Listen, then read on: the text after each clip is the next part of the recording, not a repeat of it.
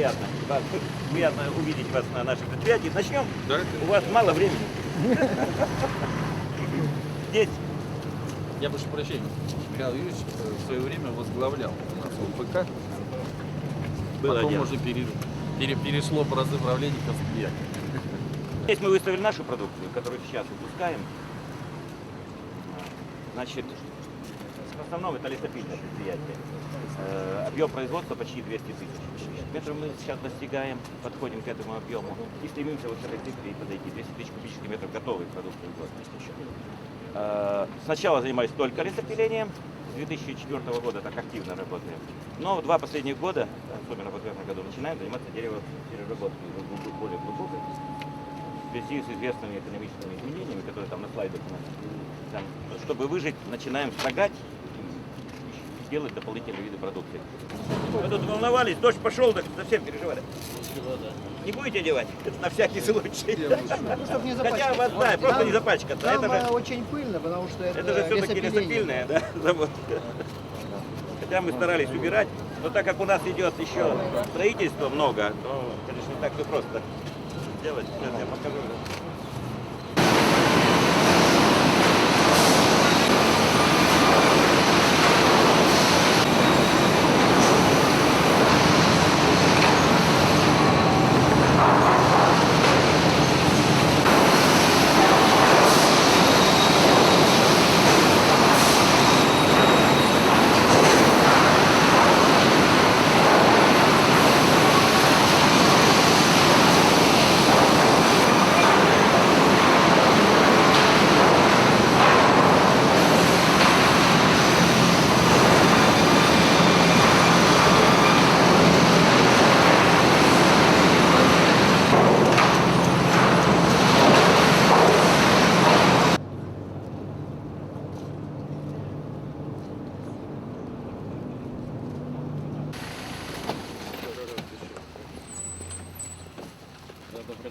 Добрый день. Владимир Иванович, министр образования Шевков Владимир. Это первый заместитель главы администрации города Сыктывкара. Руководитель детского сада номер 104. Рады вас видеть, Ольга Альбертовна. Ольга Альбертовна дает слово. Здравствуйте. Пойдемте, я вас хочу пригласить сначала на экскурсию по территории нашего детского сада и потом погуляем по детскому саду. Итак, 1 августа в прошлом году акт ввода в эксплуатацию здания вот этого произошел. С 1 сентября прошлого года мы функционируем уже с детьми вместе.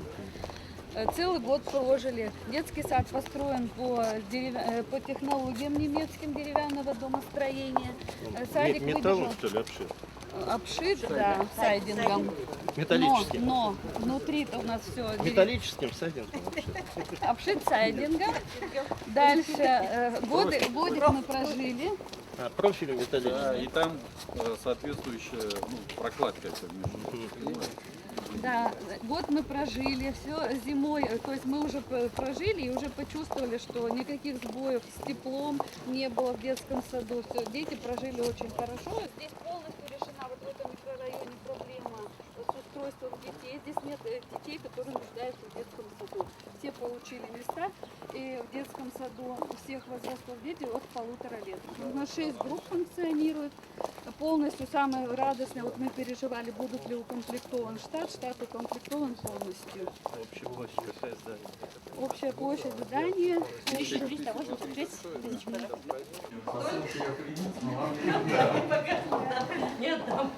Медицинское обслуживание происходит на основании договора. Естественно, есть все заключения санэпид. Зимой тепло здесь? Здесь, я уже говорила, здесь зимой очень тепло. Вообще никаких проблем. Зима была морозная, все как раз. Зима, кстати, да, была у нас достаточно. Пойдемте теперь посмотрим.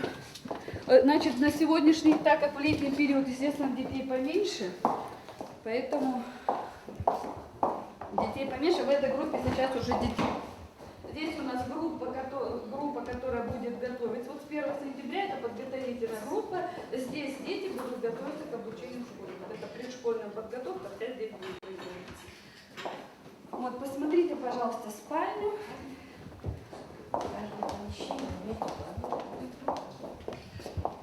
каждая группа вот имеет вот такую вот спальню. В принципе, у нас все помещения стандартные такие.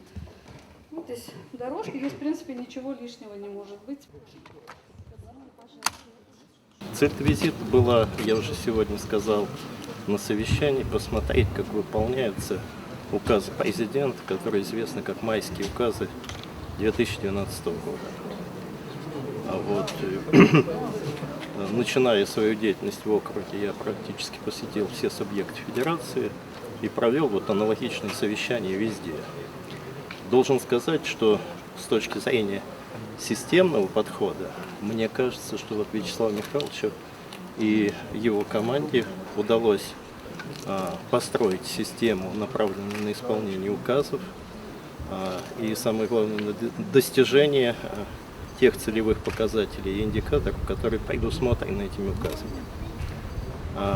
Было сегодня просто отрадно слышать в выступлениях коллег, что все прекрасно понимают, что, в общем-то, указы президента направлены в конечном счете на повышение социального самочувствия граждан, что за теми численными, в общем-то, показателями должны происходить качественные изменения, и население в конечном счете должно почувствовать происходящие эти качественные изменения. И только население может дать свою оценку деятельности органов власти управления республики.